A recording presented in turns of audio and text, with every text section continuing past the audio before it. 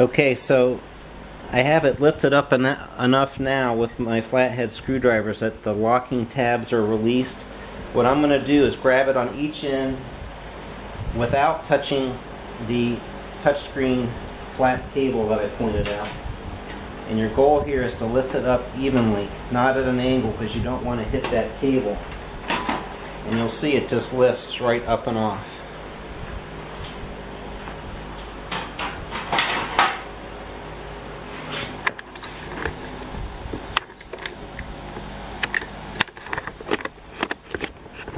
Okay, so now we're exposed and we can see our fans and the connecting power cables to each one.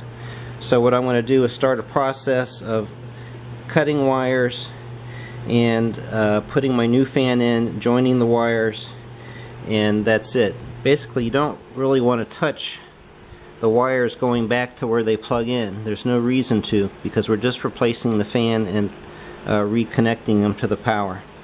Okay, so I'll get the camera set up so you can watch.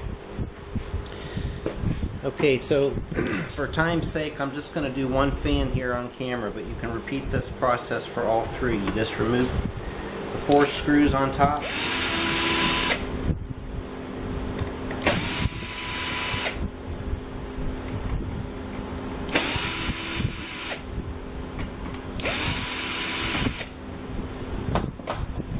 Put your screws in your bowl, and now you'll see the fan is loose.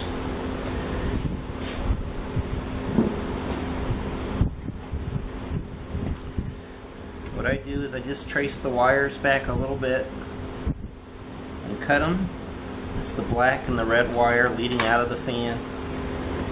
Okay, now you can remove and pitch your bad fan.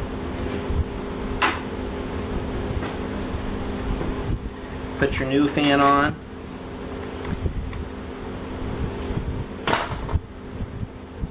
It's going to have long leads on it, so just kind of guesstimate how long it needs to be to get a good splice.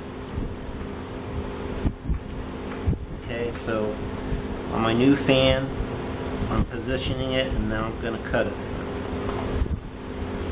These fans, by the way, I found online. Just do a search and match the existing model number that's on the old fan.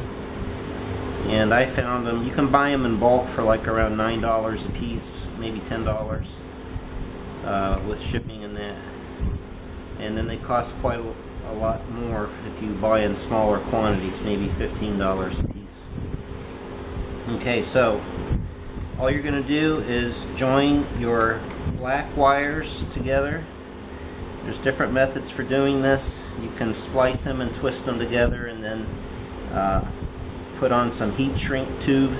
I like these little, I don't know if you can see it, I like these little, these are called Scotch lock connectors. This is a UR2 type, and you just slide it, both wires, into the connectors tubes.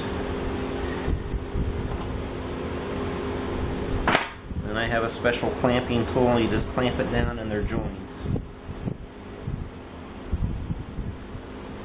Okay, so there's my black wires. I'm going to do my red now.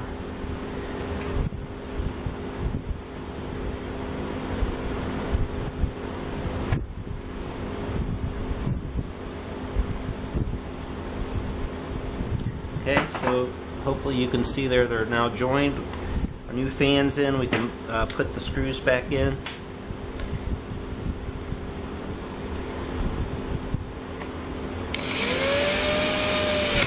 You don't have to push the screws in real hard. You just want it secure.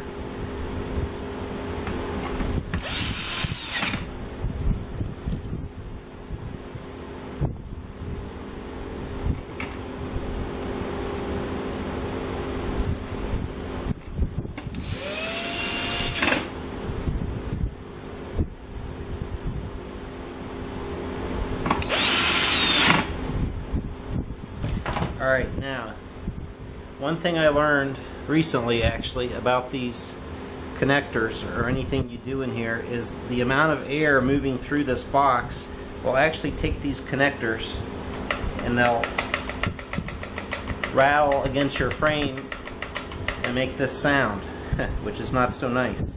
So what I do is I'll put a little dab of hot glue on the bottom of each one and then glue it to the plastic frame next to the fan and just glue them down in place. You can easily remove them again later if you have to, but that'll hold them together and keep them from rattling against the frame because of the air going through here.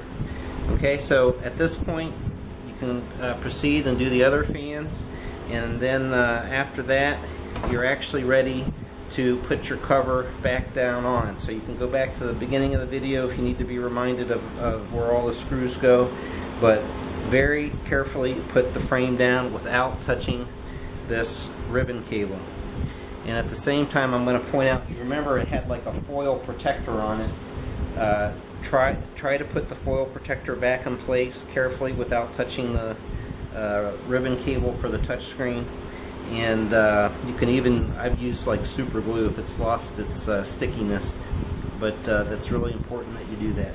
Okay, so go ahead and put it back completely together, and I'm going to do it here off camera, and then I'm going to get set up to do the front frame. And I'm sorry, I should have mentioned the screws that you would put in to put these side brackets on. Let me see if I can position this so you can see it. These were the side brackets on each side of the monitor. Leave these off for now because we're going to want these off so that we can work on the front of the monitor and clean behind the touch screen.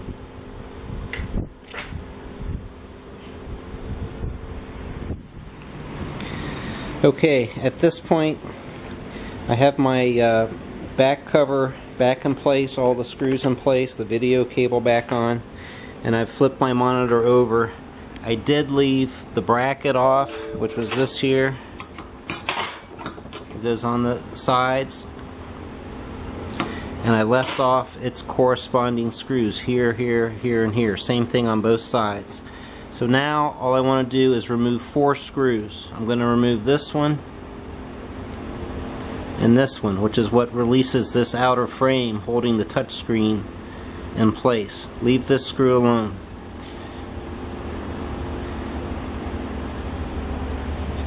You do that on both sides, same thing. And again, be very careful with the flat ribbon cable. I'm going to say it 20 times if I have to. And then remove this screw right here. Okay, I'm going to go ahead and do that and set up the camera so you can see how to remove the touchscreen.